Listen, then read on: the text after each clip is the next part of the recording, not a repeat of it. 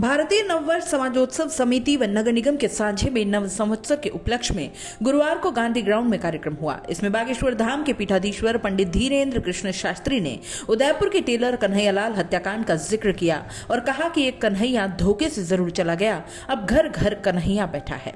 शास्त्री ने अपने भाषणों में कई बार हिंदू राष्ट्र की मांग को दोहराया। उन्होंने कहा कि कुंभलगढ़ किले में जो 100 हरे झंडे लगे हैं उन्हें हटाकर भगवा लगाना है।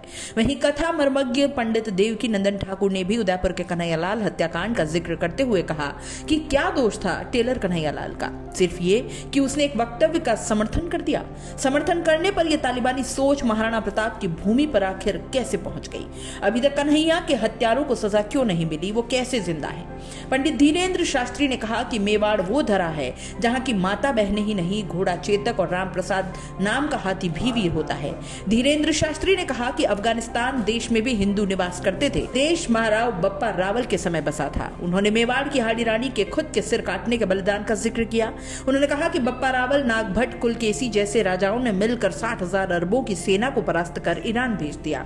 तुम्हारे अंदर भी अगर ये खून है तो धर्म विरोधियों को बाहर भेजना होगा। उन्होंने कहा कि जिन्हें भारत में रहने में डर लगता है, राम की यात्रा में पत्थर फेंकने में अच्छा लगता हो, पालघर के संतों की हत्या की जाती हो, ऐसे कृत्य करने वालों को भारत में रहने की आवश्यकता है। भारत में रहना है तो सीताराम कहना होगा। वे आगे बोले, मैं कोई राजनीति करने या चुनाव लड़ने नहीं आया। मैं 2 कौड़ी की राजनीति में करोड़ों का अध्यात्म बर्बाद नहीं करता। भारत हिंदू राष्ट्र है। स्थापना करनी है तो पाकिस्तान, चीन, जापान में करेंगे। बांसवाड़ा के संत उत्तम स्वामी ने कहा कि भारत को हिंदू राष्ट्र बनाने की जरूरत नहीं है, वो तो पहले से ही है और रहेगा।